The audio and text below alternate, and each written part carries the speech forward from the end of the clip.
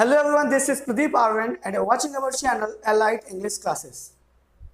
हम अभी पढ़ रहे हैं पार्ट्स ऑफ स्पीच और पार्ट्स ऑफ स्पीच में हम क्लियर कर चुके हैं कि नाउन क्या होता है, प्रोनाउन क्या होता है, वर्ब क्या होता है, एडजेक्टिव क्या होता है, एडवर्ब क्या होता है। इन सारी चीज़ों को हमने क्लियर कर लिया है अपनी पिछली वीडियोस में।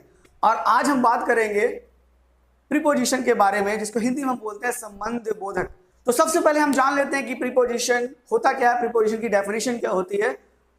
A preposition is a word used to link nouns, pronouns or phrases to other words within a sentence. कहने का मतलब होता है कि एक ही सेंटेंस के अंतर्गत जो शब्द नाउन, प्रोनाउन और फ्रेजेस को दूसरे शब्दों के साथ जोड़ते हैं, लिंक करते हैं, वही प्रीपोजिशन कहलाता है। एग्जाम्पल के माध्यम से समझने का प्रयास करते हैं। तो देखिए, पहला एग्जाम्पल है हमारा, there is a cow in the garden. मतलब कि एक गाय है मैदान में। कहां पर गाय है? मैदान में। तो एक वर्ड तो हमारा मैदान हो गया, एक वर्ड हो गया हमारी गाय, और दोनों को आपस में किसने जोड़ दिया? इन ने जोड़ दिया। तो यहाँ पर जो इन है वो इन क्या है? हमारा प्रीपोजिशन हो गया। चलिए अपना दूसरा एग्जांपल देख लेते हैं। दूसरा एग्जांपल हमारा, the monkey sat on the wall. तो बंदर जो है वो कहाँ बैठा हुआ? दीवार पर बैठा हुआ है। तो बंदर का संबंध स्थापित किससे किया गया? दीवार से किया गया। लेकिन किसने किया? ऑन ने किया। तो ऑन जो होगा हमारा वो यहाँ पर प्रीपोजिशन हो जाएगा। इसी प्रकार तीसरा देख लेते हैं, he has a chain of gold. उसके पास सोने की जंजीर है। उसके पास सोने की चेन है या सोने की जंजीर है। तो सोना और जंजीर या चेन मान लें, दोनों का आपस में संबंध स्थापित किया। किसने कराया? ऑफ ने कराया। तो ऑफ हमारा क्या हो गया? संबंध बोधक हो गया, मतलब कि प्रीपोजिशन हो गया। इसी प्रकार नंबर 4 की बात कर लेते हैं, आई एम विद यू। मैं तुम्हारे साथ हूं। तो मेरा संबंध तुमसे स्थापित हुआ। किसने कराया? विद ने कराया। क्लियर हो गई होगी बात आपको एकदम से कि प्रीपोजिशन क्या होते हैं और इनका प्रयोग क्यों किया जाता है। तो इनका प्रयोग जो है वो इसलिए किया जाता है ताकि हम दो शब्दों को आपस में लिंक कर सके एक दूसरे के साथ। In, on, at, of, with, by, from, to, into, off, out, till, for, up, etc। ये सारी ही प्रीपोजिशन है और इसके अलावा बहुत सारे प्रीपोजिशन होते हैं।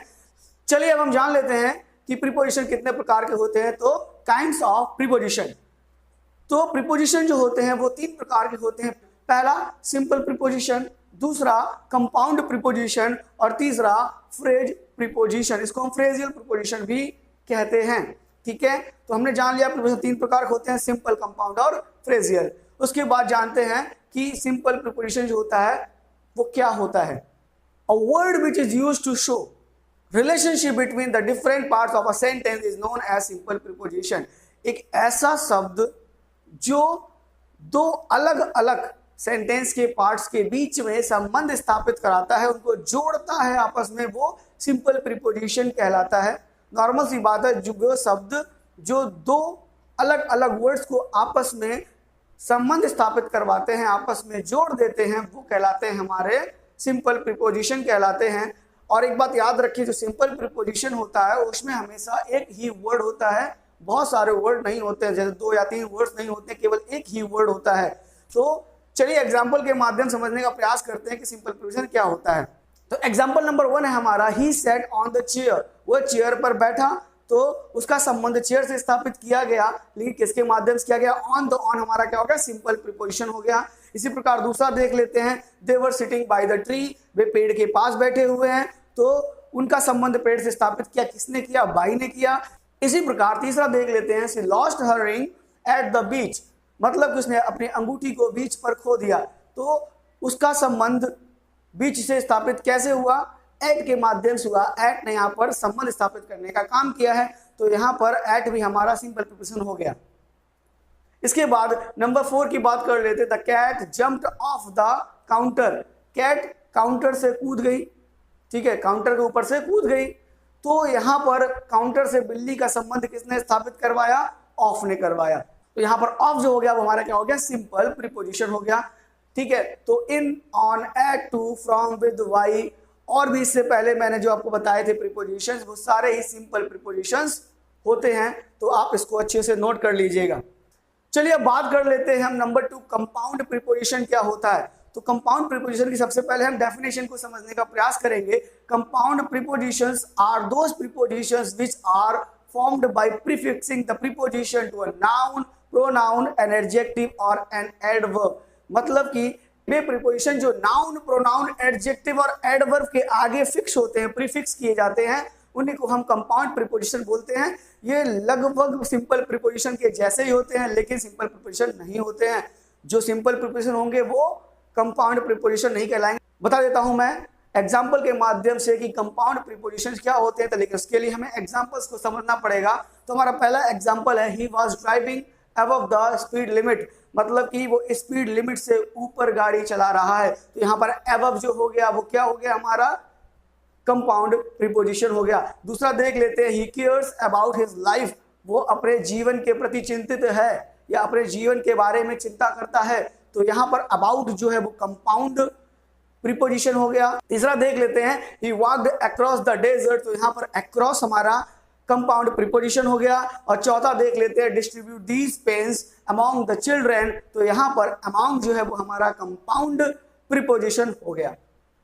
तो कहने का मतलब ये है कि about, across, among, between, beside, before, after, through, towards, since, inside, within, without, beyond, ये सारे क्या होते हैं, कंपाउंड प्रीपोजिशन होते हैं, जो लगभग सिंपल प्रीपोजिशन से अलग होते हैं। ये बात अभी आपको क्लियर हो गई होगी। अब हम अपना थर्ड पार्ट जो है हमारा तीसरा प्रीपोजिशन, इसको हम फ्रेजियल प्रीपोजिशन या फ्रेज प्रीपोजिशन कहते हैं, उसके बारे में भी जान लेते हैं कि फ्रेज प्रीपोजिशन क्या होता है। तो सबसे पहले इसकी डेफिनेशन के बारे में जानेंगे। A group of words which is used as a preposition to modify the object is known as the phrase preposition. कहने का मतलब है यहां पर आपको कोई एक शब्द जो होगा वो नहीं मिलेगा, यहां पर आपको एक शब्दों का समूह मिलेगा जो एक प्रीपोजिशन का काम कर रहा होगा, जो एक संबंध बोधक का काम कर रहा होगा, वही हमारा फ्रेजियल प्रीपोजिशन कहलाता है। एग्जाम्पल के माध्यम से समझने का प्रयास कर लेते हैं। He acted according to my desire. उसने मेरी इच्छा के अनुसार कार्य किया। तो यहाँ पर अकॉर्डिंग टू जो कि एक शब्द से मिलकर नहीं बना, यहाँ पर दो शब्द हैं, तो ये क्या हो गया, हमारा फ्रेजियल प्रीपोजिशन हो गया। बात आपको क्लियर हो गई होगी। दूसरी बात करते हैं, Durga temple is in front of my house. मतलब कि दुर्गा मंदिर मेरे घर के सामने है। तो यहाँ पर दुर्गा मंदिर का संबंध मेरे घर से किया, किसने किया, इन फ्रंट ऑफ ने कर दिया। तो इन फ्रंट ऑफ तीन वर्ड से मिलकर बना हुआ एक प्रीपोजिशन है, इसीलिए ये फ्रेजियल प्रीपोजिशन कहलाएगा। तीसरा देख लेते हैं, he fell ill due to hard work. कठिन परिश्रम करने के कारण वह बीमार पड़ गया। तो बीमार कौन पड़ा, वह पड़ा, किसके कारण पड़ा, कठिन परिश्रम से संबंध किसका कर दिया, उसका कर दिया। तो यहाँ पर ड्यू टू जो है के कारण जो है वो हमारा क्या हो गया, फ्रेजियल प्रीपोजिशन हो गया। इसी प्रकार हम बात कर लेते हैं नंबर 4 की, you left the field because of fear. तुमने डर के कारण मैदान छोड़ दिया। तुमने डर के कारण मैदान छोड़ दिया। तो यहाँ पर बिकॉज ऑफ जो है यहाँ पर फ्रेजियल प्रीपोजिशन हो गया।